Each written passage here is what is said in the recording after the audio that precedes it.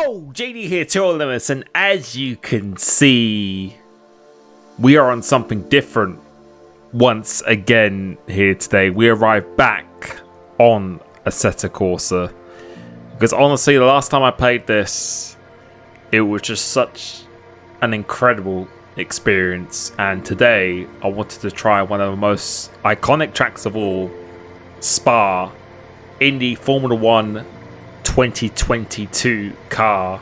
This is in the Ferrari, and I did a bit of Spa racing in F1 2021, the game, so I was really excited to see what this feeling would be like in comparison. But before we get underway, as you're about to see our first few laps of this experience, going straight into it, just want to say thank you to some new extra rotation members. So to Hacking William, PS, Jeremiah Montgomery, Dejas, Carter Clark, CG Siggy, MRTA F1, Noob Academy, and Quicksource. Thank you so much for joining the extra rotation club recently. Haven't been doing that many open lobbies, but they are back this week. But I've just been having so much fun playing on other games, if I'm being honest, and you will see through a few more videos this week. I actually think that's really helped me improve, even so, on the actual Formula 1 game itself, because I've said this many times, especially in my one-to-one coaching sessions that I have with people, is that sometimes you need to have a bit of a reset. So that could either mean having a break from the game or just playing something completely differently entirely, because I think the problem that a lot of people have is that they just grind it out for hours and hours, and in my experience it's very easy to get stuck into that driving pattern, whereas with this it's a completely different experience and kind of makes you reset and appreciate other games a little bit more as well. But you can see we're in a Ferrari going around Spa, which isn't one of my favourite tracks in terms of pace, but enjoyment is certainly up there. And straight away, with this feeling, with the direct drive wheel that I have, the podium wheel, that's where direct drive is definitely worth it, in my opinion. If you're just playing the Formula 1 games, then I would say it's not worth the money getting the podium wheel by Fanatec. But if you're looking to go into other games like Assetto Corsa and Assetto Corsa Competizione, iRacing, games such as that, then I would say it probably is maybe worth the money, because other sim racing wheels, which are direct drive, are even more expensive than that. And this feedback I'm getting here, I just don't get on the Formula 1 games, and I've said that probably quite a few times now, but that's not to take a dig or anything, because I still love playing the Formula 1 games. Those are the games that I will always cherish. But the feedback you get from this, I actually feel like I'm reacting to what the car's doing. I can feel every single bump that is going on, whereas on Formula 1, the official games, I feel like it's more me visually reacting to the car rather than the actual feeling I get through the wheel itself, and that actually goes across all platforms. So for me, this is just an absolutely incredible feeling. I really just can't describe it. I could just feel every single inch of the car, and yeah, it's unbelievable. I think this is probably the closest you could actually almost get via a Formula 1 actual official simulator in terms of how you could get the feeling you could just get. It's just, I'm struggling to say words, because it was just absolutely insane of how this feels. And if you haven't played the Assetto Corsa or Competizione at all, then definitely 1,000,000% download it, because if you don't have the privilege of driving race cars in real life, or get that opportunity to, then this is a very good substitute. I think this is probably one of the closest things you can get to driving a Formula 1 car if you aren't able to pay for like a track day or something like that. It really is just mind-boggling how good it feels. But you can see this is our first experience. We're not using a setup at all. Hopefully the graphic settings are a bit better now than they were in my first video I did on Assetto Corsa Zandvoort. So my computer's having a bit of a better day now, and yeah, not using any setup at all, so it's pretty much completely default. Got about 50 litres of fuel in the car as well, and we're just going to see how we get on. So very, very similar to what I do on the official F1 games. You're going to be seeing a lot of raw footage here. Hopefully you learn something, hopefully it inspires you to maybe try this game out as well, and you'll be able to see the rate of improvement we can do. So you can see about 2/10 up so far, and just gathering so much speed. You can see my throttle and braking indicator there on the right hand side is very, very precise, so you can see exactly how my pedal movements are. Coming fatigue, hit that curb, really catches you off guard, and going through into this, not quite flat out yet, maybe with a setup we can. Going through to here, had a little bit of a spin the other day going through these corners, and it's no real different on this one as well, which you will see a little bit later as well. But yeah, my number one advice for people, if you want to get better at racing overall, is to definitely go on different racing platforms as well, and different racing titles, because it really will just kind of expand your range and just make you appreciate each game in its own way a little bit more. But mainly that it will just kind of reset your driving pattern, your muscle memory, and that corner is so difficult in that last chicane for some reason. Just the minimum speed, if you carry too much minimum speed, then it is absolutely game over. And again, if you like me doing these types of videos, then please like the video. Really helps me out, and just lets me know that you enjoy watching this type of content as well. But the tyres are still overcooked at this stage, so we're going to go back to the pits, reset it again. So still, I think it was a 50 that we did. It says a 53 there, but the lap time just resets every time, and we're looking to improve now, and just a bit too greedy with the speed going into there. So now we're going to start another lap. Let's see what we can do this time. So going into this turn one, no real brake markables. They're on the pretty much on the fence on the left hand side, but we managed to do quite a nice turn one. You can see the ghost in the rear view mirror. Got a very nice exit. Now coming through into Radillon and El Rouge, completely flat out, very comfortable flat out. But again, the video doesn't really do it justice, but the feeling I'm getting with the wheel, I can just feel every single bump, which gives me confidence, because I know when the car is stepping out of line. Going down into here, carrying a lot of speed, coming through into here, trying to stay middle of the track, and not quite flat out. I think with a bit more confidence, we could do it flat out. Carrying a lot of speed, going to see the trail braking going on. Trail braking, holding on the brake just to keep it under control and rotated going into it. And then, yeah, again, definitely not flat out. And this one as well, I think we're going to take a little lift, go on the curb, really unsettles the car, little lift, and then back on the full power as soon as possible. And you can see we're leaving the ghost for dust at the moment. So this is actually quite a nice lap. Coming through into here, avoiding these curbs and running a little bit out wide.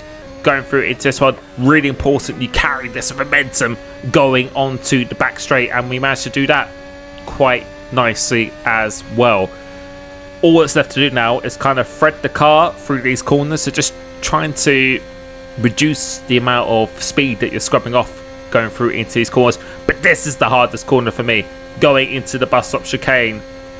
Again, brake markables are on the fence here. It's a bit different to F1, and still not quite confident here, so it's just losing a lot of time going through into here, and going across the line is going to be a 49.7. And you can see we're going to continue on again, see if we can improve, and you can see we're getting a good improvement already. The tyres heated up nicely, so getting a really good exit coming off here, and then going into the final chicane we actually do improve by almost up to 3/10. But going into this final chicane, almost losing it once again.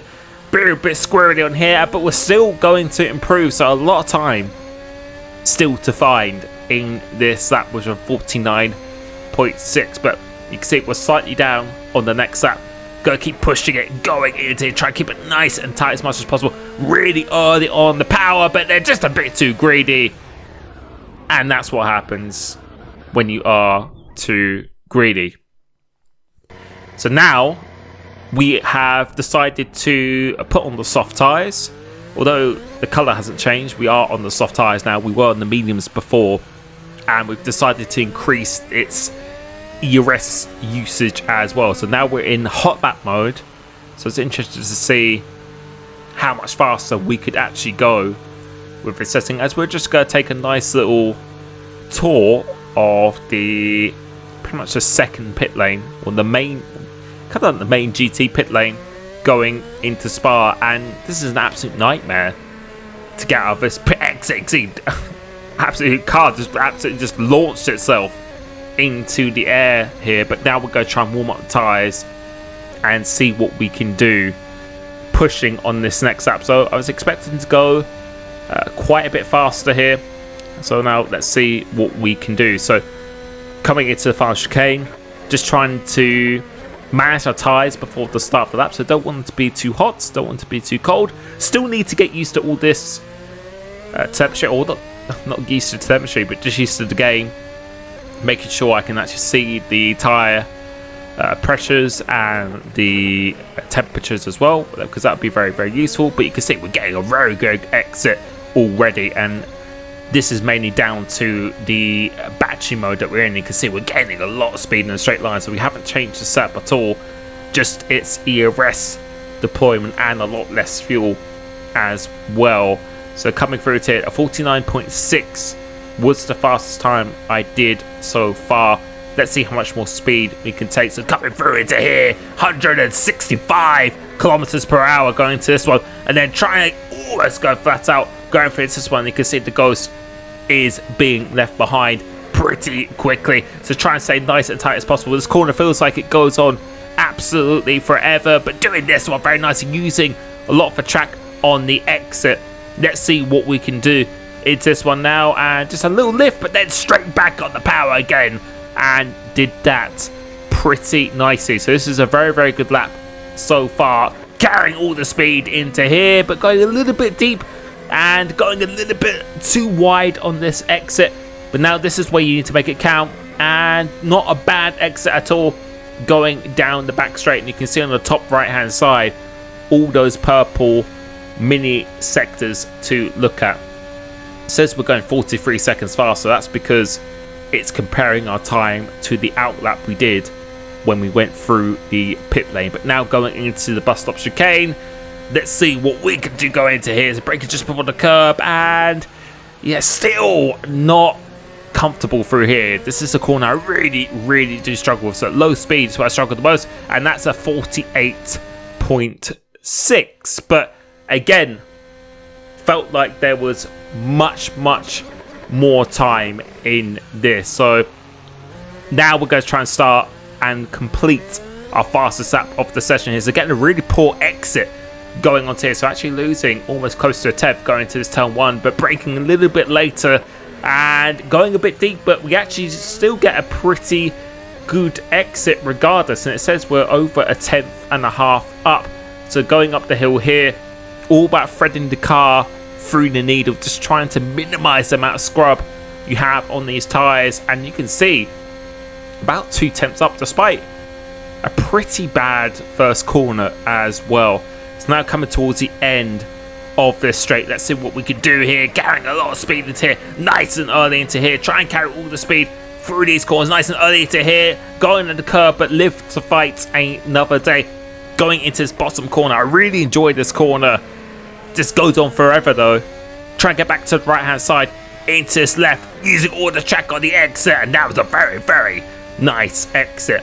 Now going into the fastest corner of the track, ideally just a tiny lift, running out wide, but not invalidated though. So imagine to just about get away back. This time we stay tighter, get a better line for the left, and you can see the Ghost. That's where we lost a lot of time before. Now let's see how much speed we can carry through to it. Really try and use all the track as possible, and you can see we're gaining time on this exit, which is going to carry itself down this back straight. So keeping nice and tight here as well, just to try and minimize the distance of the track. And let's see what we can do through this final chicane, because I think there is still a lot of time to come to really braking nice and hard here, hitting the first apex nicely and deciding to stay in third gear this time, and we actually get a better exit because of it. And what's this going to be? It's going to be 48-0, so not quite in the 47s, but for now I was quite happy with that. But you can see on the exit here,